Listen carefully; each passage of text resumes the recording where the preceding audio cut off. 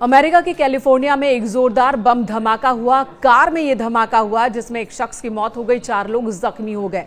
इसे अमेरिकी प्रशासन की ओर से आतंकी हमला बताया गया है।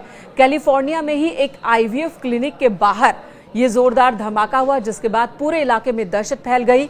इस दर्दनाक घटना में एक व्यक्ति की जान गई है, 4 लोग जख्मी हैं जिन्हें अस्पताल ले जाया गया और इस घटना का वीडियो भी सामने आया है। फेडरल ब्यूरो ऑफ इन्वेस्टिगेशन यानी कि एफबीआई ने इस धमाके को आतंकवादी कृत्य घोषित किया और इसके साथ ही जांच की शुरुआत भी कर दी गई है। कार में धमाका इतना जोरदार हुआ, इन तस्वीरों को देखकर भी आप अंदाजा लगा सकते हैं कि आसपास की कई और इमारतों को भी नुकसान पहुंचा है। कई इमारतों के खिड़की के शीशे टूट गए। जोरदार धमाके के बाद यहां कंपन महसूस किया गया, लोग घरों से बाहर निकल आए। आईवीएफ सेंटर के मालिक भी बाहर निकल आए और तब उन्होंने देखा कि उनके सेंटर के बाहर ही एक कार में धमाका हुआ। कुछ लोग वहां जख्मी पड़े थे, उन्हें अस्पताल ले जाया गया।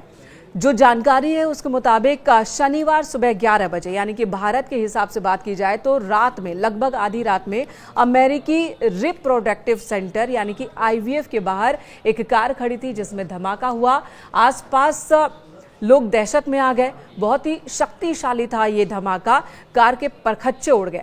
हालांकि ये भी बताया जा रहा है कि इसी कार से कई बंदूकें भी बरामद की गई हैं। एफबीआई के लॉस एंजलिस फील्ड ऑफिसर ने बताया, सहायक निदेशक ने बताया है कि यह घटना स्पष्ट रूप से आतंकवादी घटना ही है, यानी कि आतंकी हमला है। उन्होंने कहा कि एफबीआई की टीम इस पूरे मामले की गंभीरता से जांच कर रही है ताकि ये पता लगाया जा सके कि ये अंतर्राष्ट्रीय स्तर का आतंकवाद है या फिर घरेलू आतंकवाद है, क्योंकि इससे पहले भी अमेरिका के अलग अलग हिस्सों में इस तरह की कुछ छोटी बड़ी आतंकी घटनाएं अभी हाल में होती रही हैं।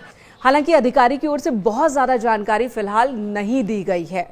आसपास की इमारतों को नुकसान पहुंचा। स्थानीय पुलिस की ओर से जानकारी दी गई कि धमाका बहुत तेज था। गनीमत रही कि उस वक्त आईवीएफ सेंटर पर बहुत ज्यादा लोग मौजूद नहीं थे, नहीं तो नुकसान कहीं ज्यादा हो जाता अगर वहां मरीजों की संख्या ज्यादा होती। अमेरिका में 3 ऐसी शाखाएं हैं इस आईवीएफ सेंटर के।